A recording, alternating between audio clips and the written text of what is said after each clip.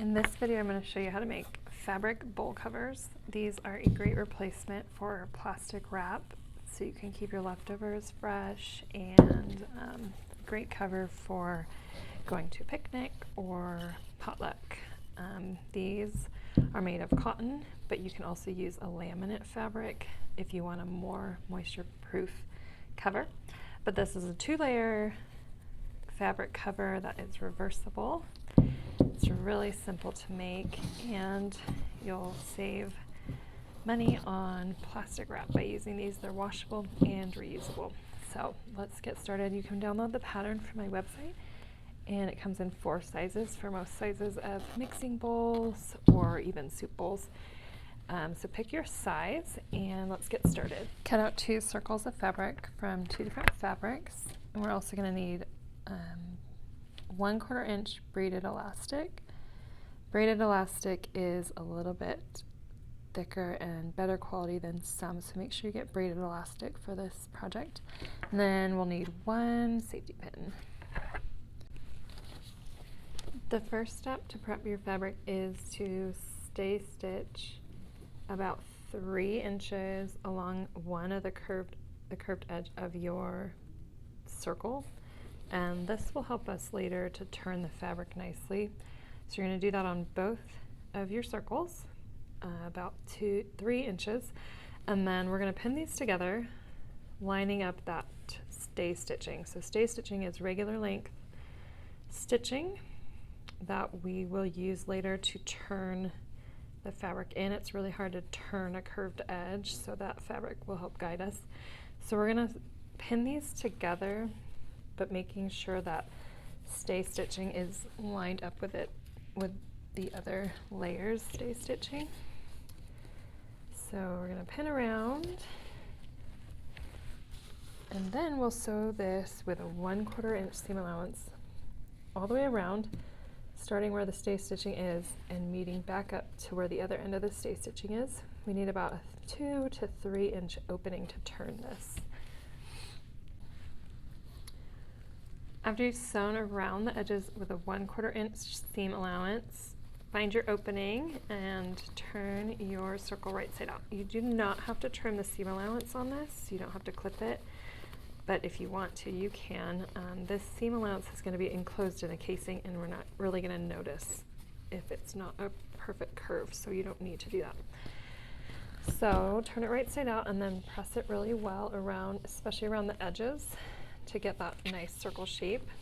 And then when you get to the opening, we're going to use this curved stay stitching to help us ease the fabric over. So if you need to, you can kind of pull that thread with a pin, and that'll help you get a nice curve. See how the fabric kind of eases over when you do that.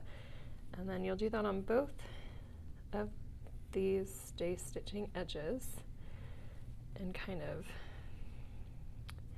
meet that thread from one side with the other. And as you press it, it'll come together to kind of create that nice edge that we want.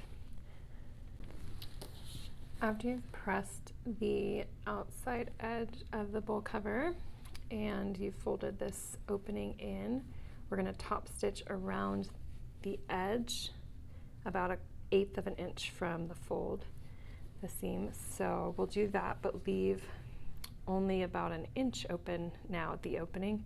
We don't need the full 2 inches, so we're going to close part of that opening with the top stitching.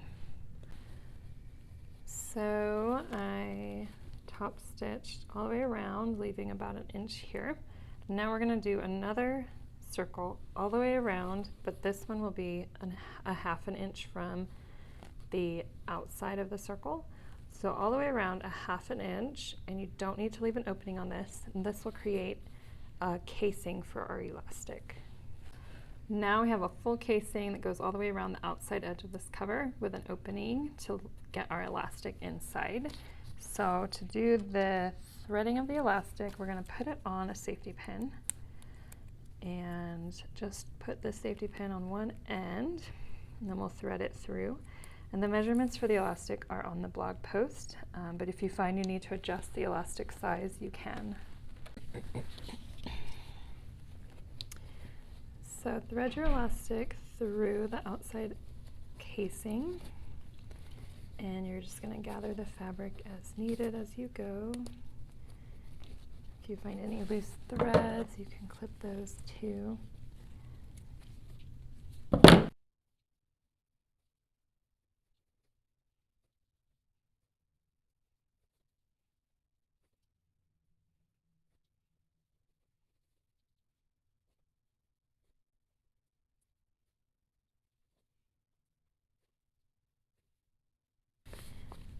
When you reach the other side, make sure you have both your ends of the elastic, and you can take the safety pin off and then tie the ends of the elastic together. You can sew them together, but I find a knot is pretty tight and easy too. So I like to put the ends together and then knot them.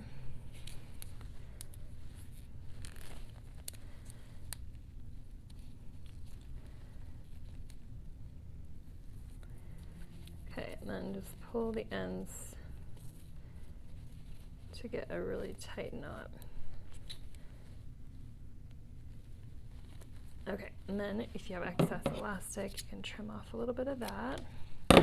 And then we'll tuck the elastic knot inside the casing.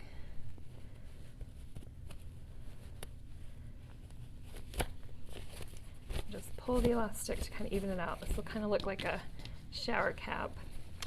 And when you have the elastic in there, we're gonna pin this opening shut and just finish that little top stitching from here to here.